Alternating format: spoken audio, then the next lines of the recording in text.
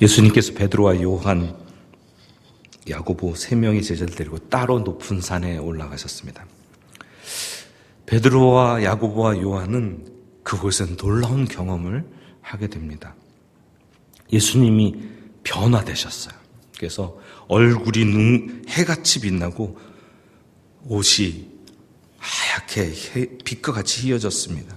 평소에 보던 예수님 모습이 아닙니다. 그런데 두렵고 떨리는 것이 아니라 오히려 평안과 기쁨이 있었습니다. 예수님께서 변화되시는 그때에 바라보니까 모세와 엘리야가 함께 예수님과 대화하는 것이 보이는 것입니다.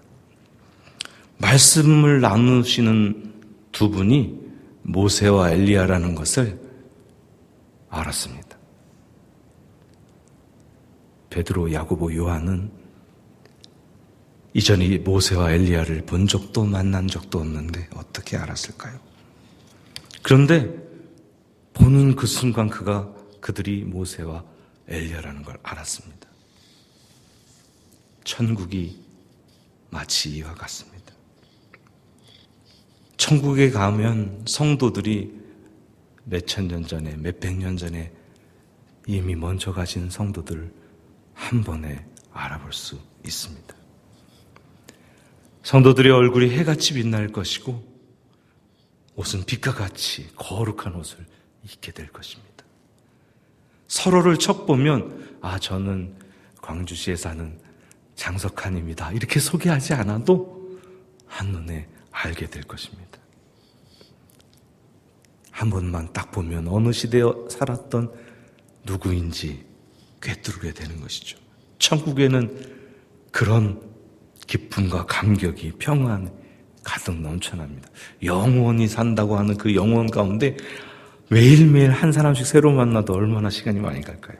그리고 그분이 경험하였던 경험들을 딱 서로 알게 되니까 얼마나 감격이 넘치겠습니까? 저와 여러분, 오늘 함께 예배드리는 여러분이 천국을 경험하는 시간인 줄로 믿습니다. 옆에 있는 분들의 얼굴 보십시오. 척 보면은 다 아시나요? 해같이 빛나지 않으시나요? 아멘이 없으시네요. 사실 하나님을 경험하는 예배 시간은 저 천국을 이곳에서 미리 맛보는 시간입니다. 주님의 임재함을 경험하기 때문에 그것이 바로 천국을 맛보는 시간인 것이죠. 그런데 우리가 아직 척 보면 다 모르는 것은 이미 경험하고 있지만 아직 완성되지 않은 상태이기 때문에 모두 다 알지 못하는 것이죠. 그러나 분명한 것은 예배드리는 이 시간은 주님이 임재하시기 때문에 그 영광의 시간, 천국의 시간을 누리는 시간이 되는 것입니다. 예수님의 제자들은 천국을 주님과 높은 산에 올라가서 맛보고 있습니다. 그것을 맛본 성질 급한 베드로가 이렇게 말합니다. 4절에 예수께 여쭈어 이르되 주여 우리가 여기 있는 것이 좋사오니 초막셋을 짓겠다고. 하나는 주님, 하나는 모세, 하나는 엘리야를 위해서 짓겠습니다. 얼마나 좋았으면 산에 내려가지 않고 그곳에 초막셋을 짓겠다고 말할까요? 여기서 자세히 보면 천국을 경험한 제자들은 자기 자신은 잊어버리고 있습니다. 자기들을 위해서는 초막 짓겠다는 말을 하지 않습니다. 삼위일체 되시는 주님의 임재를 경험하고 그 마음에 주님으로 인한 감격과 기쁨이 있을 때에 자기 자신은 잊고 오직 하나님의 영광을 위해서 주님을 위해서 일을 하고자 하는 마음이 생기는 것입니다. 온 성도들이 마음을 다하고 뜻을 다하고 힘을 다하고 예배하는 그 시간에 눈에 보이지 않지만 천군 천사들이 함께 찬양하는 시간이요, 하나님 아버지를 예배하기 때문에 오는 그 기쁨과 감격으로 영광을 맛보는 그 시간이 되면 주님만 바라보게 됩니다. 은혜로운 부흥회가 마치고 한 집사님이 이불 보따리를 싸가지고 교회로 들어오셨답니다. 목사님이 부흥회 다 마쳤는데 왜 이불 싸갖고 들어오냐 했더니 이 부인이 여집사님 하신 말씀이 남편이 교회만 오면 천국인데 어떻게 집에만 오면 금방 바뀐다고, 그래서 교회에서 살고 싶다고 말했답니다. 재밌는 얘기지만 하나님의 은혜를 경험하면 모두 천사처럼 변하게 되는 것 같습니다. 저와 여러분, 하나님에서 거룩한 산제사를 드리는 삶을 날마다 삶으로 천사 같은 삶을 살아가길 소망합니다. 그리스도인들은 날마다 높은 산의 경험, 오늘 예수 그리스도의 변화산의 경험을 경험해야 합니다. 높은 산에서 모세와 엘리야와 함께 있는 예수님이 너무 좋아서 여기 초막셋을 짓겠다고 하는 베드로의 고백이 우리의 고백이 되면 좋겠습니다. 주님과 동행하는 삶이 그 어디나 하늘나라임을 고백하는 저와 여러분 되길 소망합니다. 주님 하나님께 예배하며 성도들과 아름다운 교제를 나누는 삶이 천국이라는 사실을 고백하며 살아야 합니다. 그런데 예수 믿으면서도 아직 이 천국의 삶을, 천국을 경험하지 못한 사람이 꽤나 됩니다. 다시 말하면 아직까지 신앙이 제대로 세워지지 않은 분들이 있다는 것이죠. 안타깝습니다. 천국을 제대로 경험한 사람들은 철저하게 하나님 기뻐하시는 일을 하려고 생각하는데, 그렇지 못한 사람들은 세상의 합리적인 생각 또는 자기가 좋다고 하는 생각들을 이야기하고 사람 냄새를 풍기게 됩니다. 천국을 경험하고 주님을 경험하면 주님이 원하시는 일, 주님이 뜻하시는 일을 하고 싶어 합니다.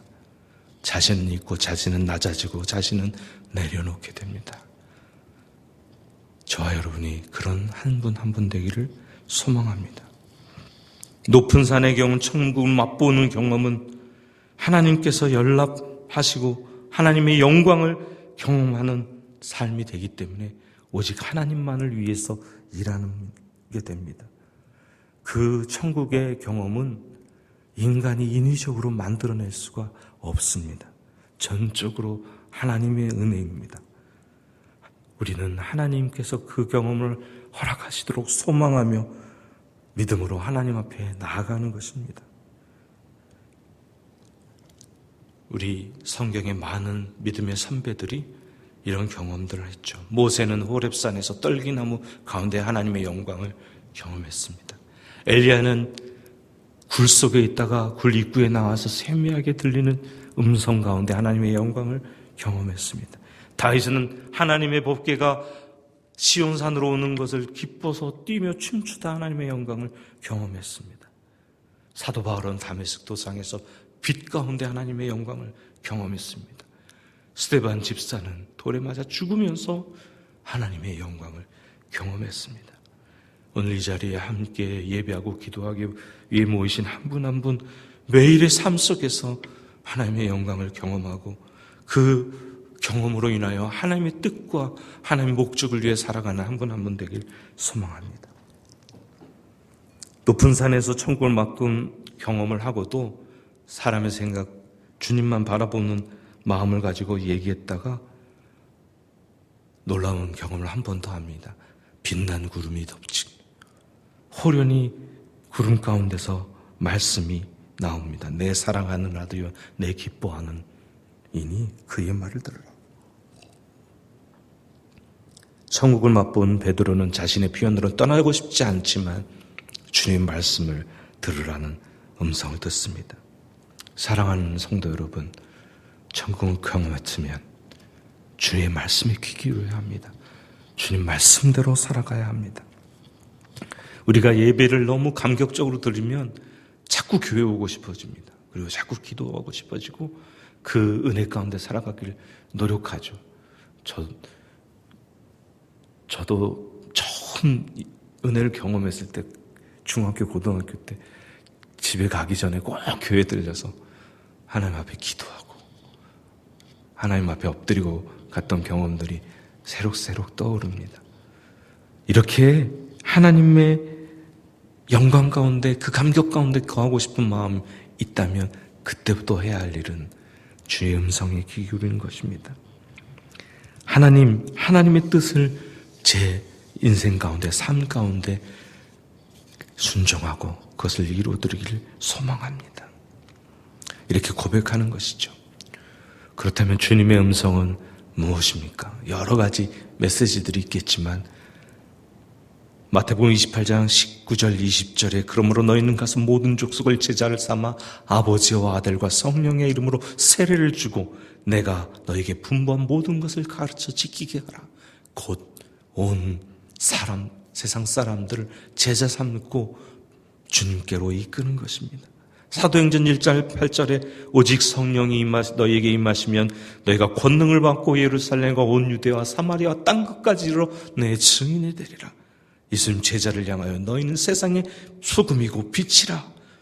내 이웃을 내 몸과 같이 사랑하라.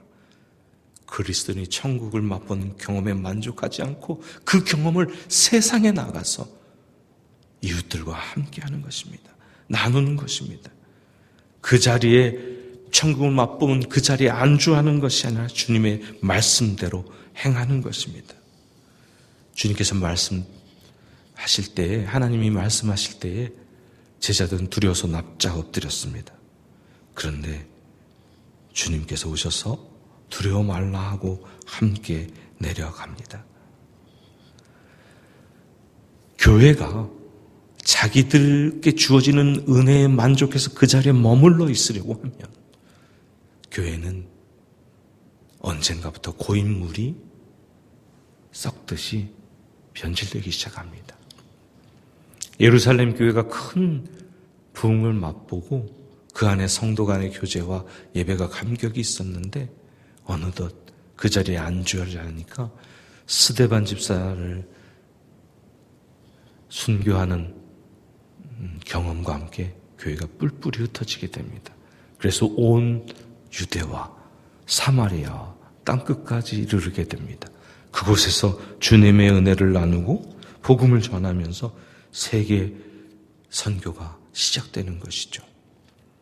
우리 교회도 마찬가지입니다. 우리 교회 너무 좋고 예배 때마다 감격이 있고 모일 때마다 하나님의 은혜가 경험되어집니다.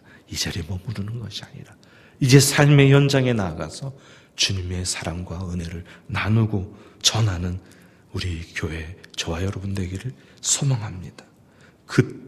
그럴 때에 주님께서 이 땅에 이루고자 하시는 하나님의 경륜과 섭리를 그리고 복음화를 이루어 가시는 줄로 믿습니다. 산 아래 내려오니까 그냥 천국의 경험이 그대로 있는 것이 아니라 어려움이 기다리고 있습니다. 탄탄대로만 열려있지 않습니다. 세상은 만만하지 않습니다. 세상은 죄 가운데 신음하는 백성들 또 고통에 동참하게 만들기 위한 많은 괴계들이 그리스도인들을 넘어뜨리려고 합니다. 집요하게 주의 말씀대로 순종하는 사람들을 넘어뜨리려고 공격합니다. 높은 산에서 내려왔을 때 간질병, 귀신 들린 아이의 아버지가 엎드립니다. 우리가 세상을 향하여 눈을 돌리면 이런 고통을 겪는 사람들, 사단의 영향력 아래에 있는 사람들을 많이 발견하게 됩니다.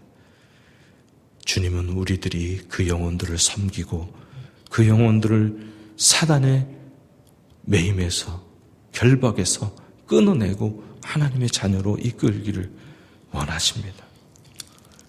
이것이 쉽지 않습니다. 분명 이전에 제자들은 둘씩 짝지어서 예수님께서 명하신 대로 복음을 전하다가 병을 고치고 귀신을 쫓아내는 역사를 경험했었습니다. 그런데 이 아이의 병을 고치지 못합니다. 예수님께서 간단히 고치고 나서 제자들이 와서 조용히 묻습니다. 왜 우리는 못했습니까? 예수님이 말씀하십니다. 믿음이 적은 영혼이라. 여러분, 믿음이 적은 영혼이라 너무 쉬운 대답 같지요? 그런데 마가복음, 동일한 본문을 적은 마가복음 이렇게 말합니다. 마가복음 9장 29절입니다. 너무 재미있게도 이르시되 기도 외에는 다른 것으로 이런 종류가 나갈 수 없느니라. 서로 같은 본문을 마가와 마태가 서로 조금 다르게 기록했다는 것은 믿음이 적은 영혼은 뭐 때문이다? 기도가 부족하다. 왜 주님께서 높은 산에 베드로, 야고보, 요한을 데리고 올라가셨을까요? 그 그 놀라운 기적을 행하시는 주님이 왜 새벽마다 새벽 미명에 따로 한적한 곳에 가서 엎드리고 기도하셨을까요? 5천 명을 먹이고 모두 보낸 뒤에 주님은 왜 따로 산에 올라와서 기도하셨을까요? 온 세상을 다스릴 권세가 가지신 예수님이라 할지라도 하나님과 더 깊은 만남을 위해 기도하고 노력하는데 우리야 더 말할 것이 있겠습니까? 기도 외에는 이와 같은 능력이 없다. 우리 믿음이 적은 연고다. 우리 더 기도해야겠죠. 믿음도 없고 기도도 하지 않으면서 사단과 영적 전쟁을 치르려고 하면 사단은 너무나 정확히 합니다. 콧방귀 끼겠죠. 오히려 사단의 놀림감 되고 맙니다. 하나님께서는 우리들이 믿음으로 사단과 영적 전쟁에서 승리하기를 원하십니다. 하나님께서 공급하신 능력을 얻기 위하여 주님 앞에 기도하고 하나님 앞에 엎드리는 이 새벽에 나온 저와 여러분 되시는 줄로 믿습니다. 예수님께서 세상을 향해 보내시는 제자들에게 담대하라 내가 세상을 이겼다고 말씀하신 세상을 이기는 믿음은 믿음으로 자꾸 구하고 두드리는 성령을 의지하는 기도하는 분들에게 주어주실 줄로 믿습니다. 천국을 경험한 저와 여러분 세상을 향해 나아가서 주님이 원하시는 뜻을 이루는 분들 되시는 여러분 기도로 오늘 이 새벽에도 기도로 주님이 주시는 세상을 이기는 믿음을 소유하는 한 분 한 분 되기를 주님의 이름으로 축원합니다. 이 시간